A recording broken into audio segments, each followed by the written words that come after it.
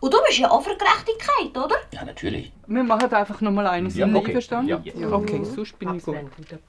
Der Paps ist für mich einer, der sehr gern ein guter Vater wäre und auch ist, mit gewissen Defiziten. Ich glaube, er leidet wirklich darunter, dass er keinen Job hat, also in seinen Augen keinen richtigen Job hat. Er hat ja einen Job, er ist Hausmann, er ist Vater. Aber mit dem hat er sich, glaube ich, nie richtig abgefunden. Arben und ich haben gestern die 10 wichtigsten Sachen aufgeschrieben, die wir im neuen Jahr erreichen wollen. Aha.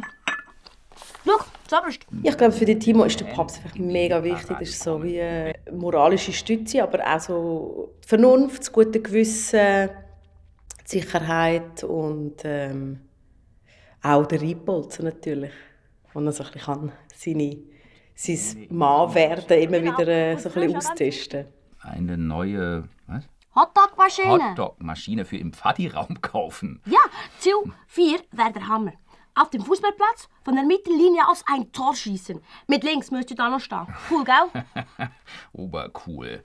Ja, der Timo ist, glaube ich, für den Paps eine Art, ein bisschen wie sein schlauere Alter Ego. Dass der als Kind eine Art immer die Sachen, die man als Erwachsener so vor sich gibt, auseinandernimmt und analysiert und in einen neuen Kontext stellt. Und plötzlich merkt man, was für ein Seich rauslässt, oft als Erwachsene. Und das ist schön an dieser Figur. Was mir eigentlich schon sehr gefällt, ist immer so das nach vorne, dass die Welt wieder neu erfinden, immer die neuen Ideen. Und es gefällt mir total, ein bisschen das Naive gleichzeitig, aber er kann ja dann auch gut reflektieren. Aber ich finde auch so seinen Erfindergeist, das gefällt mir eigentlich fast am besten. Papst, jetzt hast du gerade wie ein Politiker getönt. Steig doch in die Politik ein. Ziel Bundesrat. Ja, klar. Weißt du, ich als Deutscher kann ja gar nicht in die Von Schweiz. mir aus kannst du auch deutsche Bundeskanzlerin werden. Tschüss, Papsi, muss. Zähne putzen! Aha. Kann ich so reden? Wir machen die zweite Hälfte noch einmal, bitte. Für die, die sich das nicht merken können, gibt's Ja, also für mich ist es wirklich tatsächlich wichtig, dass ich in die Stimmung von dem Bub hineinkomme und in die Stimmung von dieser Morgensituation.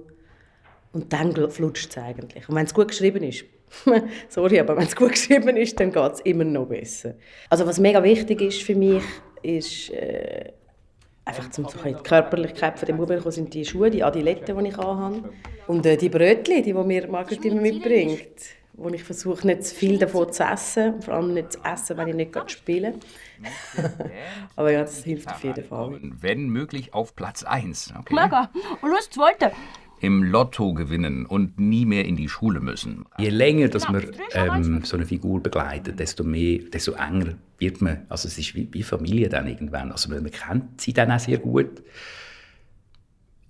Und das Schöne ist ja auch, es gibt verschiedene Farben. Also es ist ja nicht immer so, dass der Timo am Papst sagt, wie der Hase läuft, sondern es ist wie zum Teil auch andersrum. Oder einmal gewinnt mal der Papst, oder einmal ist der Papst ein bisschen schlauer oder schneller oder hat einfach mehr Autorität, weil er der Vater ist. Und diese Abwechslung macht eigentlich, dass einem das nicht langweilig wird. Es ist schon so ein bisschen Familie. So jetzt gesehen, wie sie sich jetzt da wieder verändern oder was sie da wieder für Argumente finden oder für... Es ist halt, man kann das also total, ich glaube, da können auch viele Leute damit etwas anfangen, weil es halt Familie ist. Das ist als Schauspieler etwas vom Schönsten, wenn man Teil ist von etwas, wo die Leute gerne hören oder schauen. Und das passiert einem nicht immer. Manchmal gehen Sachen auch brutal in die Hose. Und das ist jetzt etwas, das funktioniert hat. Und wenn man da ein Teil davon sein, dann ist man einfach sehr, sehr dankbar.